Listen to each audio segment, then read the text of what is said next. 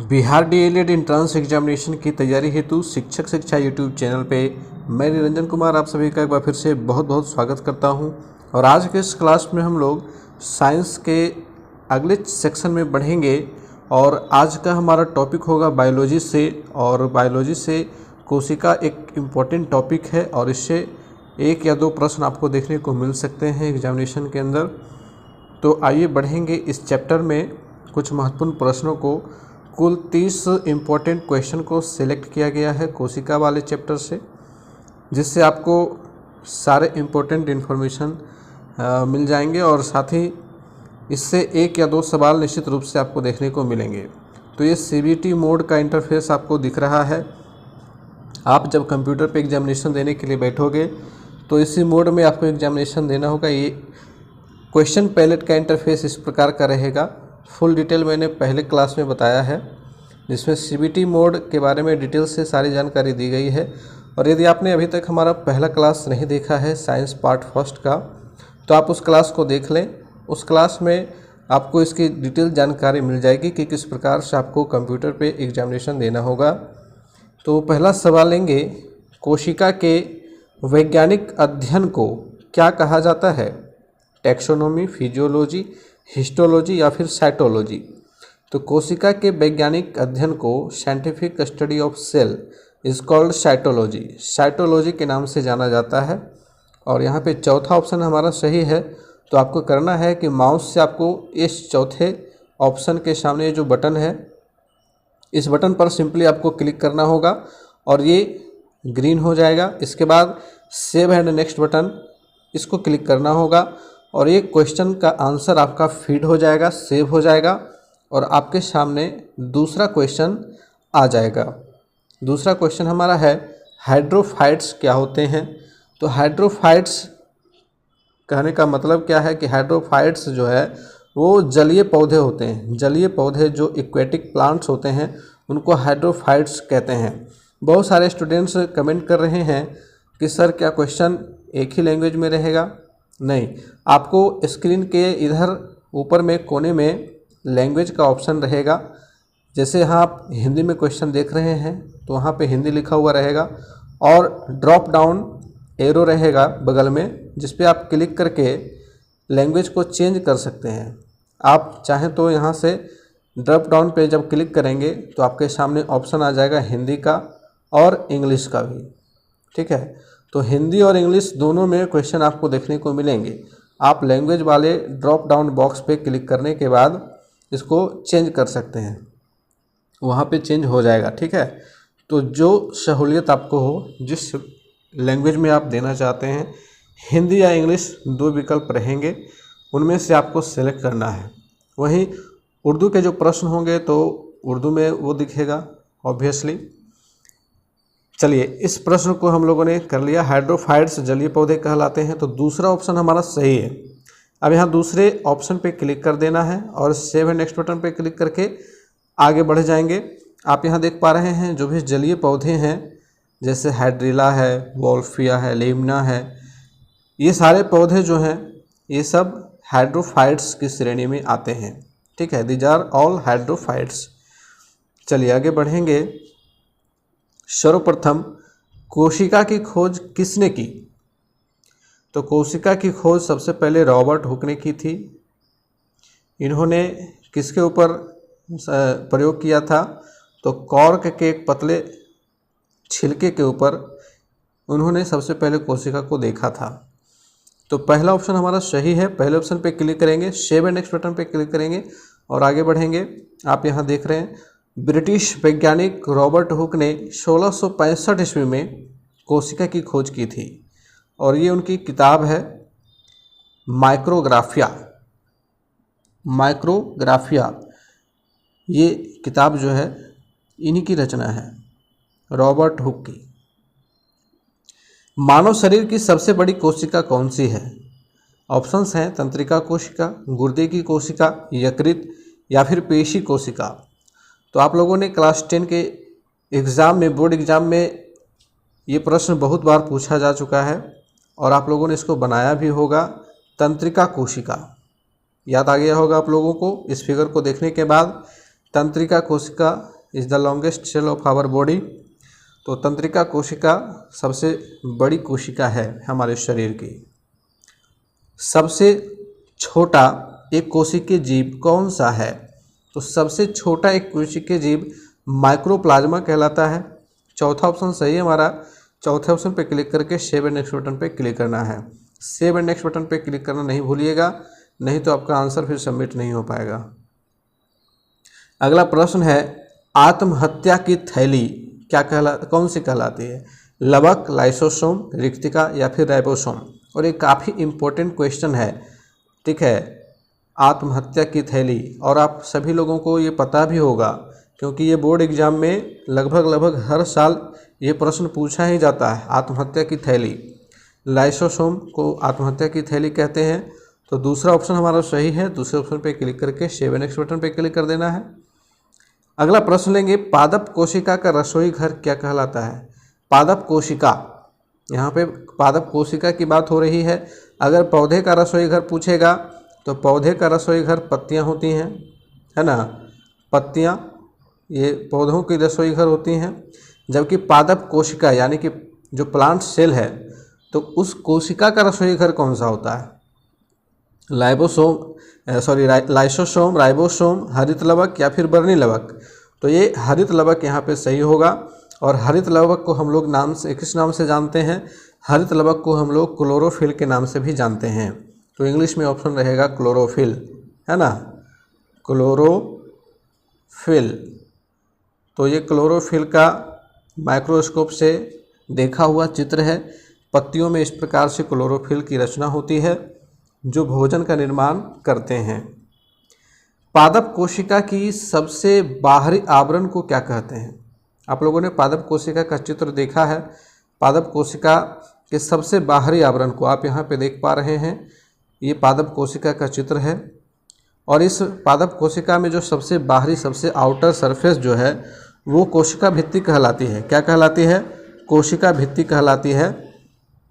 और कोशिका भित्ति के कारण ही जो है वो पौधे की जो कोशिकाएं होती हैं वो कठोर होती हैं, उनके ऊपर एक आवरण बन जाता है और इसीलिए पौधे जो है वो प्रायः मजबूत होते हैं। अगला प्रश्न है, इनमें से कौन कोशिका के केंद्रक में पाया जाता है? कोशिका के केंद्रक में, सभी कोशिका में जितनी भी विकसित कोशिकाएं हैं उनमें एक केंद्रक होता है। तो केंद्रक के अंदर कुछ रचनाएं होती हैं, आपको बताना है उनमें से कौन सी रचना, इनमें से कौन सी रचना केंद्रक में पाई जाती हैं। तो केंद्रक में पाई जाती हैं क्रोमोसोम। क्रोमोसोम जो है ये केंद्रक में पाई जाने वाली रचना है। तो पहला ऑप्शन हमारा सही है, पहले ऑप्शन पे क्लिक कर देंगे। और आपको मैं यहाँ पे बताता चलूँ कि अगर आपको कभी लगे कि मैंने गलत ऑप्शन पे क्लिक कर दिया है, जैसे मान लीजिए कि यहाँ पे अगर ऑप्शन नंबर 3 पे आपने बाय मिस्टेक क्लिक कर दिया, ठीक है, तो ये तो ग्रीन हो जाएगा। और अगर आप सेव एंड नेक्स्ट बटन पे क्लिक कर देते हैं तो ये सबमिट हो जाएगा। आप इसको फिर से बदलना चाहेंगे तो इधर क्वेश्चन पैलेट में आपको क्वेश्चन नंबर सारा दिया हुआ रहेगा, क्वेश्चन नंबर 1 से लेकर के 150 तक। तो क्वेश्चन नंबर 9 पे आपको क्लिक करना है, ठीक है।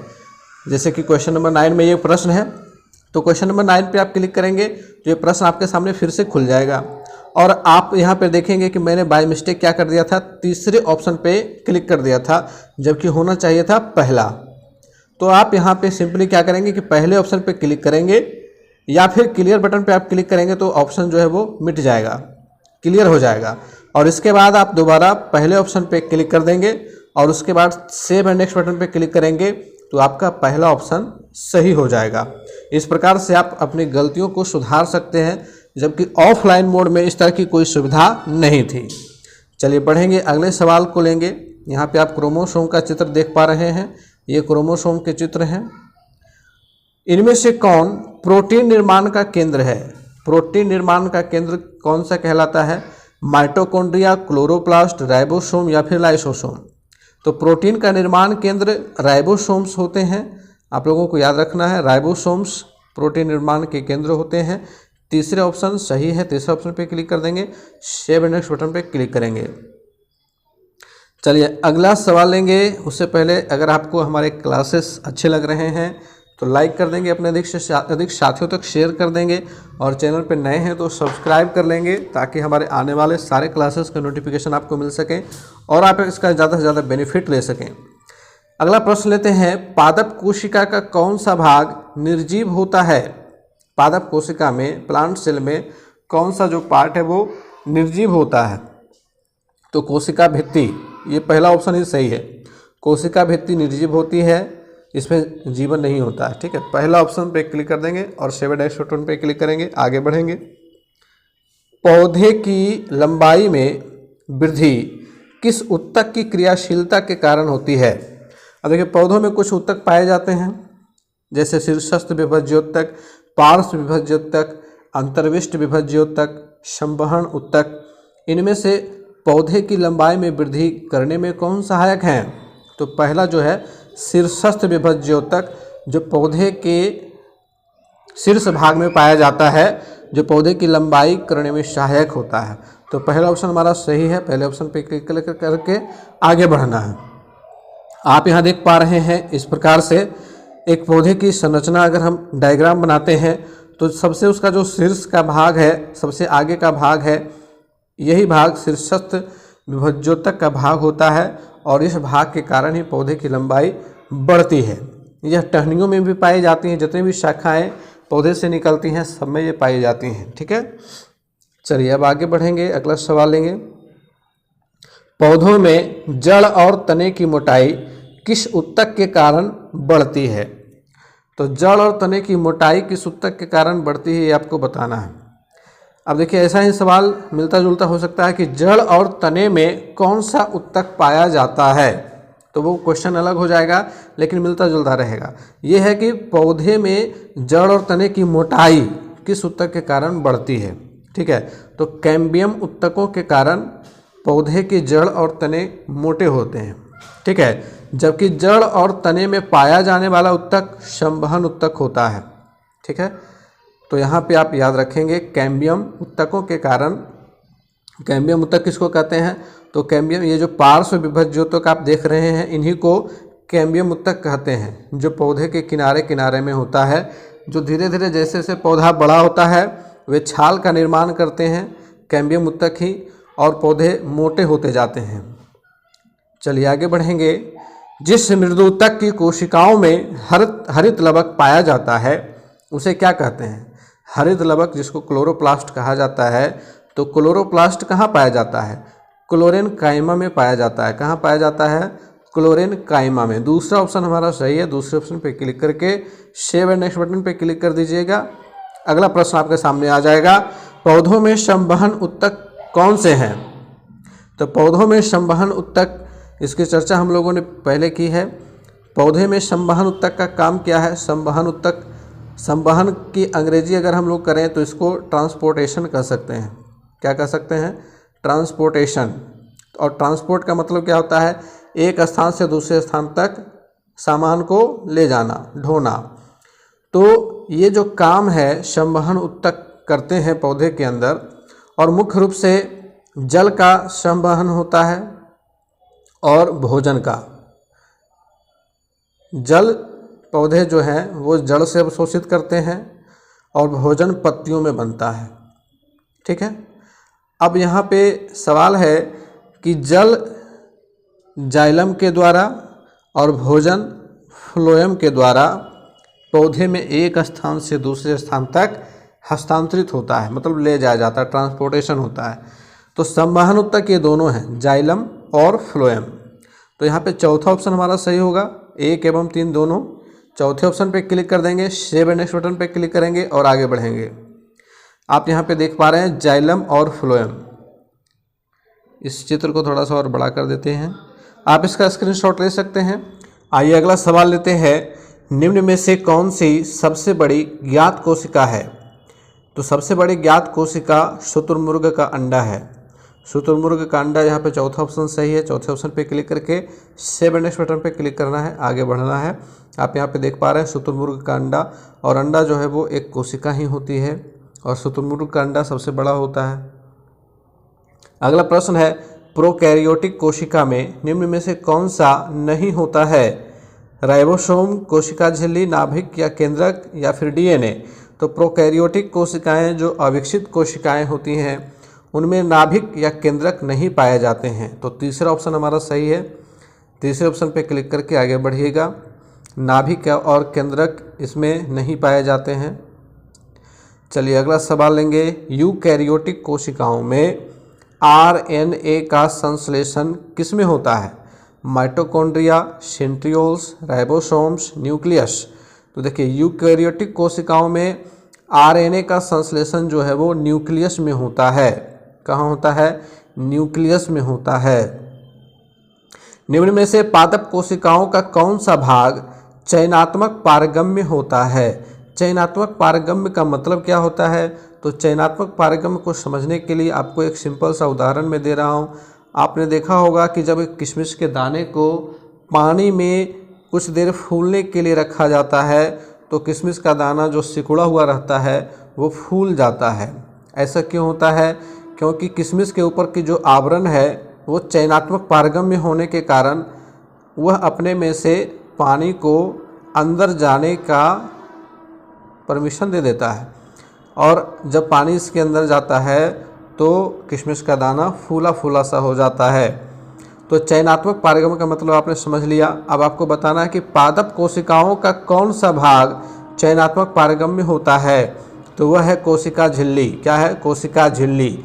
तो दूसरा ऑप्शन सही हो जाएगा। 7 नेक्स्ट बटन पे क्लिक करके आगे बढ़ेंगे। निम्न में से कौन सी कोशिकांग केवल पादप कोशिका में स्थित होता है? केवल प्लांट सेल में कौन सा ये पार्ट होता है? कोशिका झिल्ली तो दोनों में होती है, पादप कोशिकाओं में भी और जंतु कोशिकाओं में दोनों में होती है।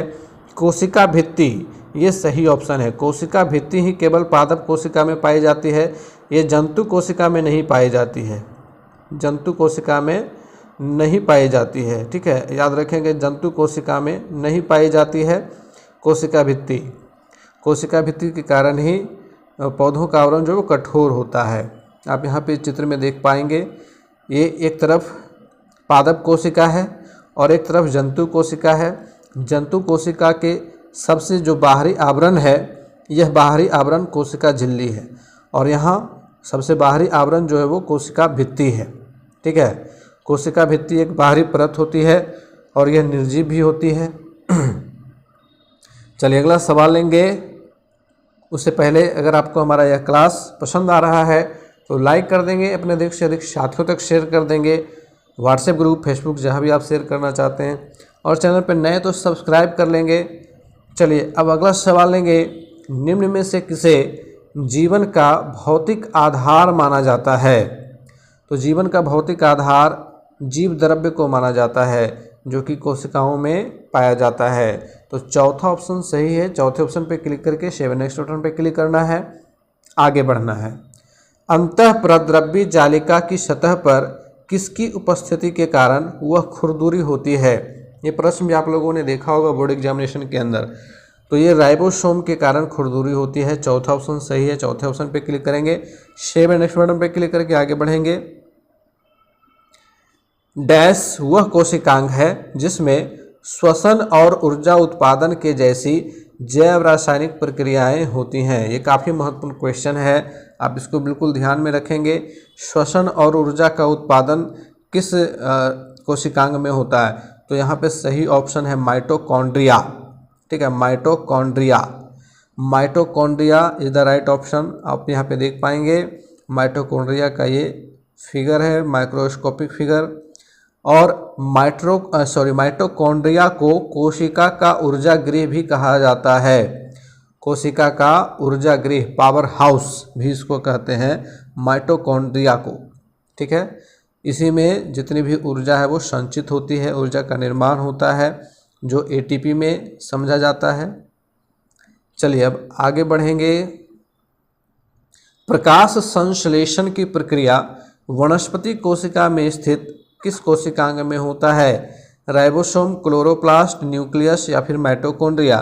तो प्रकाश संश्लेषण की प्रक्रिया क्लोरोप्लास्ट में होता है जिसको हरित लवक कहते हैं, है ना। इसको हिंदी में हरित लवक कहते हैं, इसकी चर्चा हम लोगों ने पहले भी इस क्लास में कर ली है। तो हरित लवक जिसको क्लोरोप्लास्ट कहते हैं, तो यहाँ पे आप देख पा रहे हैं ये क्लोरोप्लास्ट का माइक्रोस्कोपिक फिगर है जिसके अंदर भोजन निर्माण की प्रक्रिया होती है। चलिए अब आगे बढ़ेंगे। अगला सवाल, निम्न में से किसको किसी कोशिका में अचल संपत्ति माना जाता है? अचल संपत्ति किसको माना जाता है? तो कोशिका में न्यूक्लिक अम्ल पाया जाता है जिसको कोशिका की अचल संपत्ति कहा जाता है। चौथा ऑप्शन हमारा सही होगा। चौथे ऑप्शन पे क्लिक करके सेव एंड नेक्स्ट ऑप्शन पे क्लिक करेंगे, आगे बढ़ेंगे। अगला सवाल है, डीएनए का फुल फॉर्म बताइए। डीएनए का फुल फॉर्म आपको याद रखना है, काफ़ी इंपॉर्टेंट क्वेश्चन है। और डीएनए का फुल फॉर्म क्या होता है? Deoxy ribonucleic acid. Deoxy ribonucleic acid, चौथा ऑप्शन सही है हमारा। चौथे ऑप्शन पे क्लिक करके आगे बढ़िएगा। आप यहाँ पे डीएनए का एक प्रतीकात्मक चित्र देख पा रहे हैं। अगला सवाल है, जीन किन से बने होते हैं? हिस्टोन से, लाइपोप्रोटीन से, हाइड्रोकार्बन से या फिर पॉलीन्यूक्लियोटाइड्स से? तो यह चौथा ऑप्शन ही सही है, पॉलीन्यूक्लियोटाइड्स से जीन्स बने होते हैं। अगला सवाल है, आरएनए का फुल फॉर्म क्या है? डीएनए या फिर आरएनए दोनों में से कोई एक सवाल पूछा जा सकता है।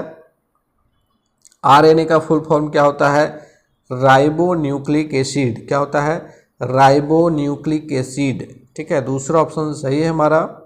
और आप यहाँ पे देख पा रहे हैं differences between DNA and RNA, this is the diagram. और इसमें आरएनए और डीएनए दोनों के बीच के अंतर को दिखाया जा रहा है। चलिए अगला सवाल, आरएनए का प्राथमिक कार्य क्या है? आरएनए का प्राथमिक कार्य क्या है? इसका प्राथमिक कार्य है प्रोटीन संश्लेषण, प्रोटीन का संश्लेषण करना। तो दूसरा ऑप्शन सही है, दूसरे ऑप्शन पे क्लिक करके आगे बढ़ना है। और आखिरी सवाल इस क्लास का आ गया है, एक सामान्य मानव शरीर कोशिका में गुणसूत्रों की संख्या कितनी होती है? ये लगभग जितने बार भी बोर्ड एग्जामिनेशन हुआ है सब में ये प्रश्न पूछा गया है और सभी को पता भी है, आपको भी पता होगा। मानव शरीर में कोशिका में जो गुणसूत्र होते हैं तो गुणसूत्रों की संख्या है 46। अगर जोड़ा में पूछेगा तो 23 जोड़ा, और सिंपली अगर पूछा जा रहा है तो कुल 46 गुणसूत्र होते हैं मानव कोशिकाओं में। इस प्रकार से, और लिंग निर्धारण भी किस प्रकार से होता है आप इसको इस डायग्राम में यहाँ पे समझ सकते हैं। ये पुरुष कोशिका है एक तरफ और एक तरफ स्त्री कोशिका है, दोनों में क्या अंतर है, क्या डिफरेंसेस हैं? यहाँ पे डिफरेंसेस है कि स्त्री कोशिका में X और X पाया जाता है जबकि पुरुष कोशिका में X और Y पाया जाता है। जब X और X गुणसूत्रों का मिलन होता है तो जो पैदा होने वाली संतान होती है वो लड़की होती है, और जब X और Y का मिलन होता है तो जो पैदा होने वाली संतान होती है वो पुत्र होता है।